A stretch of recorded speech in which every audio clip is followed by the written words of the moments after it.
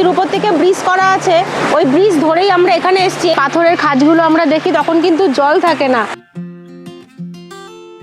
দূরে যে বড় পাহাড়টা দেখতে পাচ্ছেন, যার কোলে মেঘ রয়েছে,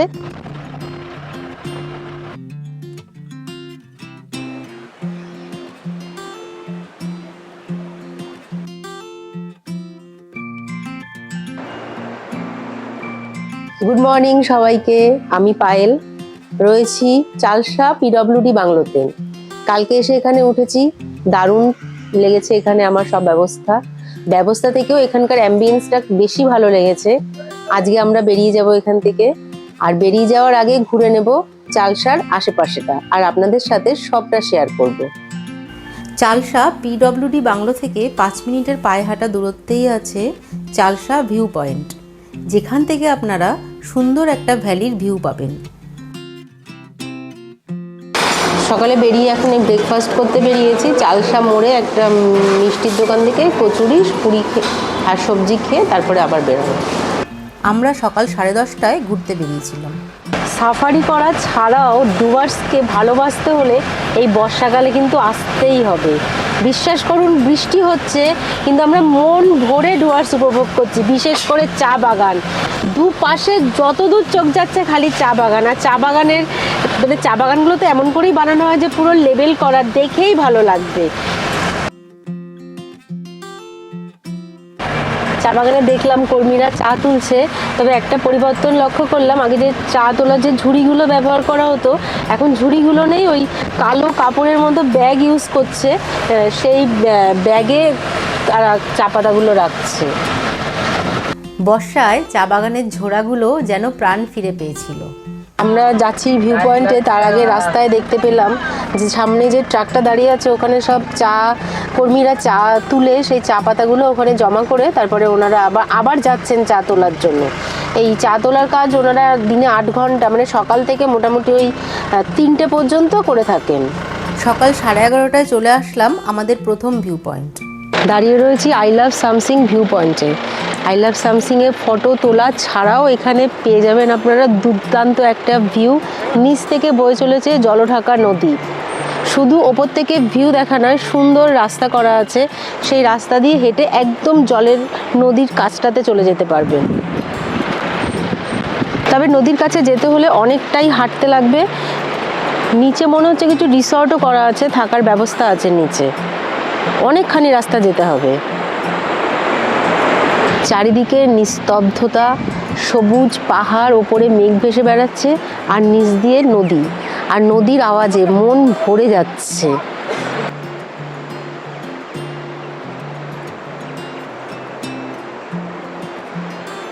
গতকাল ফুনসেলিং থেকে ইমিগ্রেশন করে চলে গেছিলাম ভুটানে, আর ভুটান থেকে আপনাদের দেখিয়েছিলাম ইন্ডিয়ার ভিউটা। আর আজকে দাঁড়িয়ে রয়েছে ইন্ডিয়া সামসিং ভিউ পয়েন্টে, সেখান থেকে আপনাদের দেখাচ্ছি ভুটান। ওই যে আমার ওই পাশে যে দেখা যাচ্ছে ছোট ছোট ঘরগুলো, ওগুলো হচ্ছে ভুটান।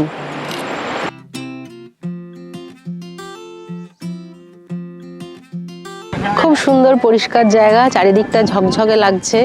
সাথে করে তো ভুটানকে দেখালাম যে কতটা পরিষ্কার দেখা যাচ্ছে। মেঘ রয়েছে কিন্তু অনেকটা ওপরে। I love Samsing view point বললাম আপনাদের, কিন্তু এই জায়গাটার অ্যাকচুয়াল নাম হচ্ছে লালিগুড়াস। আর বর্ষাকালে এসছি মানে শুধু যে আমরাই এসছি তা নয়, এখানে আরও অনেক ভিজিটাররা এসছে।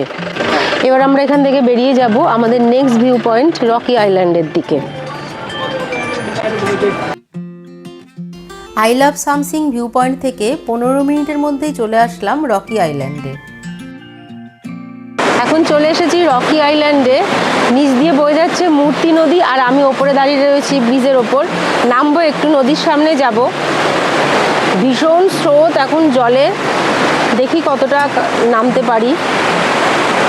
চলো যাই তাহলে।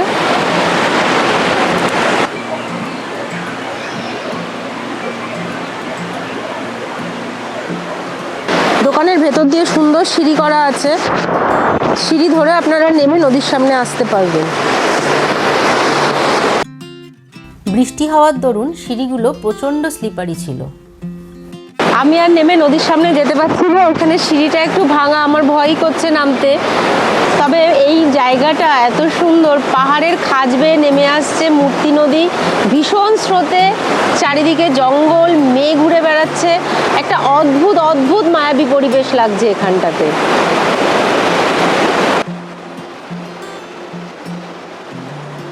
ঝিরিঝিরি বৃষ্টি হচ্ছে, ব্রিজে কেউ নেই, আমি একা এসে ফটো তুলছি, কি যে ভালো লাগছে। অন্য সময় আসলে পাহাড়ি নদীর কিন্তু এতটা ভয়ঙ্কর রূপ দেখা যায় না যেটা এখন দেখতে পাচ্ছি। কোন জঙ্গলের কোল ঘেঁষে বেরিয়ে আসছে নদীর জল, অদ্ভুত লাগছে, অদ্ভুত সুন্দর।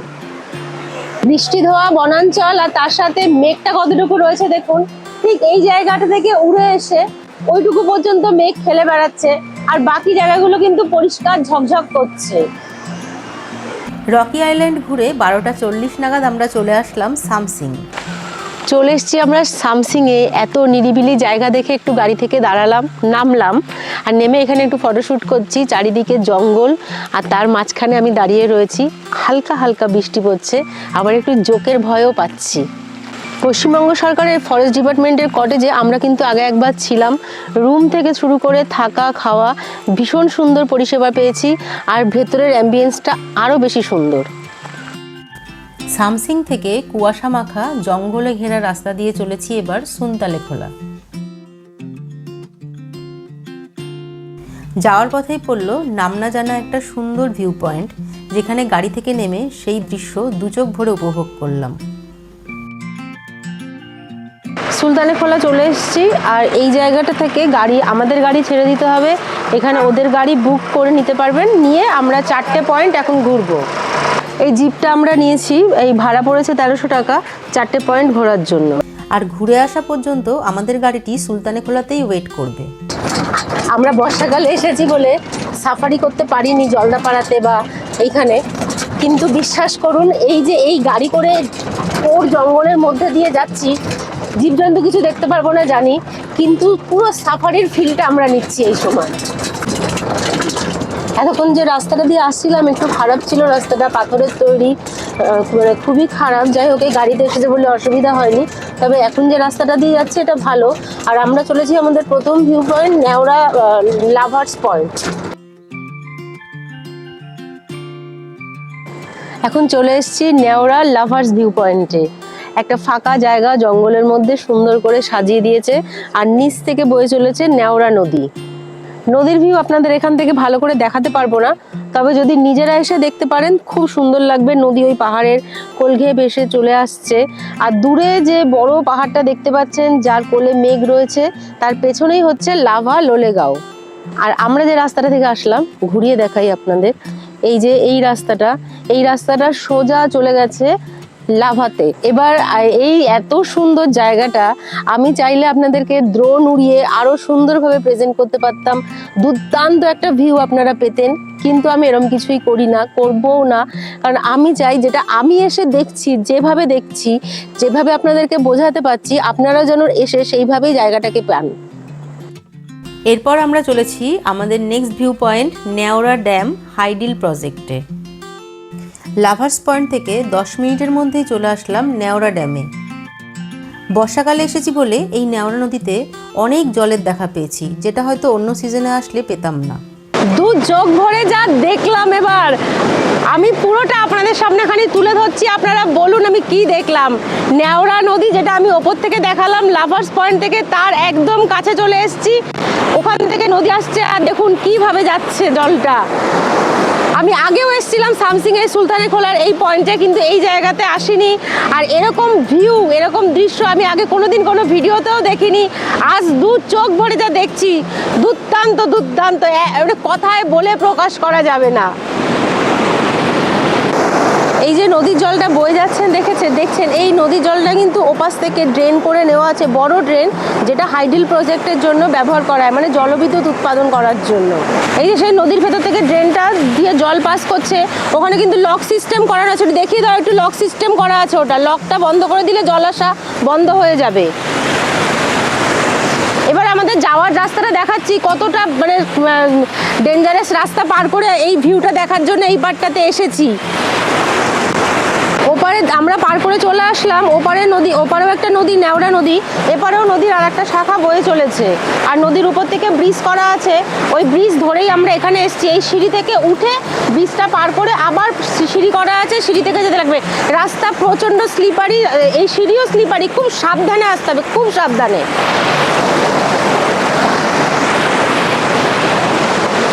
একটু পাহাড়ি নদীতে পা ভেজাতে চাইলে, ইচ্ছা হলে ব্রিজটা পার করে এখানে নিচে পাশ দিয়ে রাস্তা করা আছে, নেমে এসে এইখানে পাটা ভেজাতে পারেন। খুব ঠান্ডা জল, আরাম লাগছে। আর যে নদীটা দেখালাম যে এই পাশে একটা শাখা আছে, এই নদীটা গিয়ে আবার ওইখানে গিয়ে কিন্তু আবার সেই নেওড়া নদীতে পুরো মিশে যাচ্ছে। ও পাশটা থেকে ওটা আপনি ভালো দেখতে পারবেন। খুব ভালো লাগলো আমার এই জায়গাটা, দুর্দান্ত। দেখুন ওই জলটা ড্রেনে হয়ে আবার এই পাশে এসে পড়ছে। কিন্তু এখানটায় যতটা সুন্দর, যাওয়ার রাস্তাটা ততটাই কঠিন। খুব সাবধানে যেতে হবে, একটু কেয়ারফুলি, মাথায় রাখবেন প্রচণ্ড স্লিপারি জায়গা। নেওড়া রিভার সাইড থেকে বেরিয়ে গেছি, এবার আমরা চলেছি আমাদের নেক্সট ভিউ পয়েন্ট সুলতানে খোলা ব্রিজটা দেখতে। এই জায়গাটা নতুন দেখলাম, কি বলবো, এত ভালো লাগলো। আপনারা আসলে কিন্তু অবশ্যই এখানে আসবেন, কষ্ট করে হলেও আসবেন। নদীর উপরে একটা ব্রিজ করা আছে, সেই ব্রিজ পার হয়ে এখন চলেছি। এই ব্রিজটা কিন্তু আমরা যাওয়ার সময় পাইনি, এখন পেলাম। খানিকটা রকি আইল্যান্ডের ব্রিজের মতো, কিন্তু আমি বলবো এটা রকি আইল্যান্ডের ব্রিজের থেকেও সুন্দর। দাঁড়িয়ে রয়েছি নেওড়া ব্রিজের ওপর। রকি আইল্যান্ড ব্রিজের ওপর থেকে ঘুরে আসলাম, কিন্তু এই ব্রিজটার প্রশংসা না করে পাচ্ছি না, এই জায়গাটার প্রশংসা না করে পাচ্ছি না। কি অসাধারণ! এখানে কোথাও গজিয়ে ওঠা দোকান নেই, বাড়ি নেই, কিচ্ছু নেই, শুধু প্রকৃতি, নদীর আওয়াজ আর ব্রিজ। আর নদী শুধু একটা নদী না, চারদিক থেকে নদী আসছে।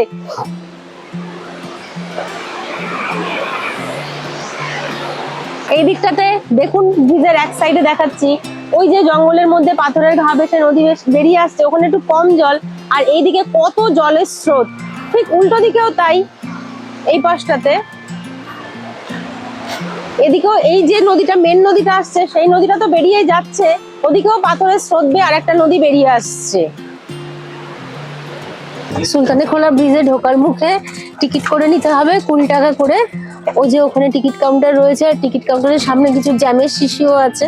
তো আমরা টিকিট করে এবার ব্রিজের দিকে যাচ্ছি। নেওড়া ব্রিজ থেকে আধ ঘন্টার মধ্যে চলে আসলাম সুনতালে খোলা। চলে এসেছি সুলতানে খোলা ব্রিজের সামনে। সামনে রাস্তা থেকে আসার সময় সামনেই রয়েছে সুলতানে খোলা রিভার ক্যাম্প, যেটা সেটা। এবার ব্রিজের উপরে উঠবো, শুধু লেখা আছে 5 জন একসাথে উঠতে পারবে। আমরা তো 5 জন নেই, 3 জন, উঠেই পড়ি। ব্রিজের মাঝখানে দাঁড়িয়ে রয়েছি, পুরো কাঠের ব্রিজ আর লোহার তার দিয়ে এটাকে সাপোর্ট দেওয়া আছে, লোহার রড দিয়ে। বেশ একটা অ্যাডভেঞ্চার টাইপের হবে, দারুণ লাগবে। আর নিচ থেকে নদী বয়ে যাচ্ছে, ওপাশটায় যাবো এবার ব্রিজে।